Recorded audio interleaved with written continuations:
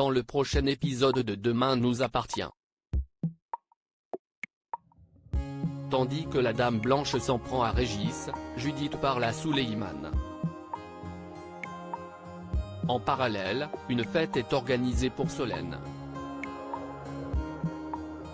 Attention, les paragraphes qui suivent contiennent des spoilers sur l'épisode de Demain nous appartient diffusé demain soir sur TF1. Si vous ne voulez rien savoir, ne lisez pas ce qui suit. Jeudi 5 août dans Demain nous appartient. La Dame Blanche s'en prend à Régis. L'individu arrêté par Aurore et Karim est entendu par la police. Malheureusement, ce dernier a la gueule de bois et est dans l'incapacité de répondre aux questions de la police. Bien que tout porte à croire que ce soit celui qui se déguise en Dame Blanche, Karim n'est pas parvenu à établir un lien entre lui et les douaniers. Pendant ce temps, Sophia et Manon sont convaincus que leurs grands-parents ne leur disent pas tout et appellent Brigitte pour prévenir qu'elles passeront les voir dans l'après-midi. Si cette dernière se réjouit à l'idée de passer du temps avec ses petites filles, Régis ne veut pas quant à lui être présent de peur de passer pour le mari cocu.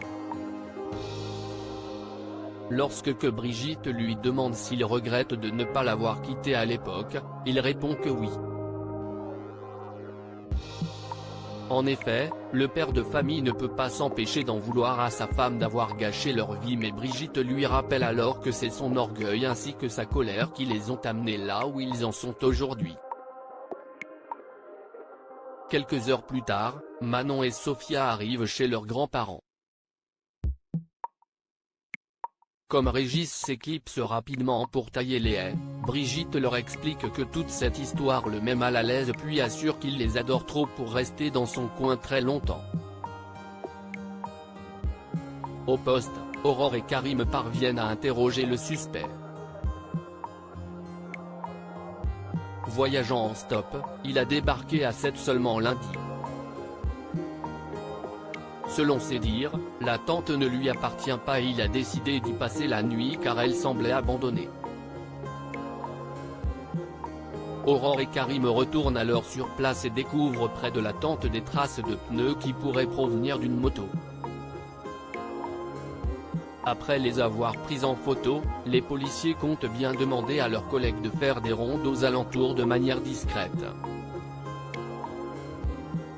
Non loin de là, la personne qui se dissimule sous les traits de la Dame Blanche remplit une gourde d'un produit corrosif puis se rend chez les douaniers.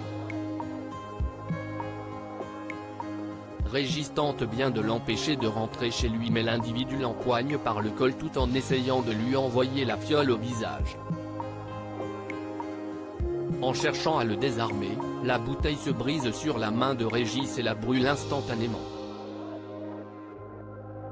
Judith parle à Souleymane refusant de répondre à ses appels. Judith se rend au Spoon pour lui présenter ses excuses. Sur les lieux, la jeune femme croise Gabriel qui l'empêche d'aller lui parler en précisant qu'elle lui a fait assez de mal comme ça. En les entendant se disputer, Souleymane les rejoint et accepte d'écouter Judith. Bien qu'elle affirme ne pas sortir avec Noah, l'adolescente explique toutefois qu'elle voulait lui en parler mais qu'elle n'a pas trouvé le bon moment pour le faire. Très émue, Judith raconte qu'elle s'est remise avec lui car elle éprouvait trop de peine de le voir quitter Seth. Comme il comprend qu'elle a agi tout simplement par pitié, Souleymane, qui est furieux, lui ordonne de quitter les lieux et de le laisser tranquille. Peinée, la fille Delcourt se réconforte dans les bras de son père qui se dit certain qu'avec le temps Souleymane finira par lui pardonner. Plus tard, Noah est avec Judy Thomas. Tandis qu'elle s'en veut terriblement, Noah voit lui le bon côté de toute cette histoire et surtout le fait qu'ils n'auront plus besoin de se cacher. Quand il propose à Judith d'aller se promener, elle décline en indiquant avoir besoin d'être seule. Vexé, Noah s'en va. Une fête est organisée pour Solène. Solène appelle Gaspard pour lui parler de ses craintes concernant la rééducation intensive qui l'attend à Garches.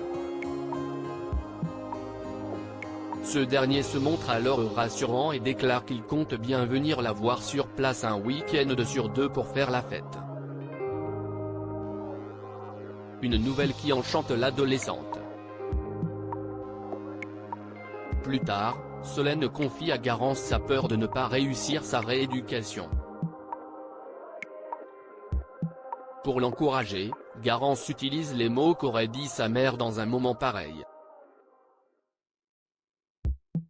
Par la suite, Ben récupère sa sœur à l'hôpital et la prie de se changer car il a prévu une surprise pour elle. Une fois prête, Ben l'amène jusqu'à la paillote. Avec la complicité de son oncle, le jeune homme a réuni tous leurs amis pour une soirée en l'honneur de son départ. Heureuse, elle prend Tristan dans les bras en lui promettant qu'elle reviendra en marchant.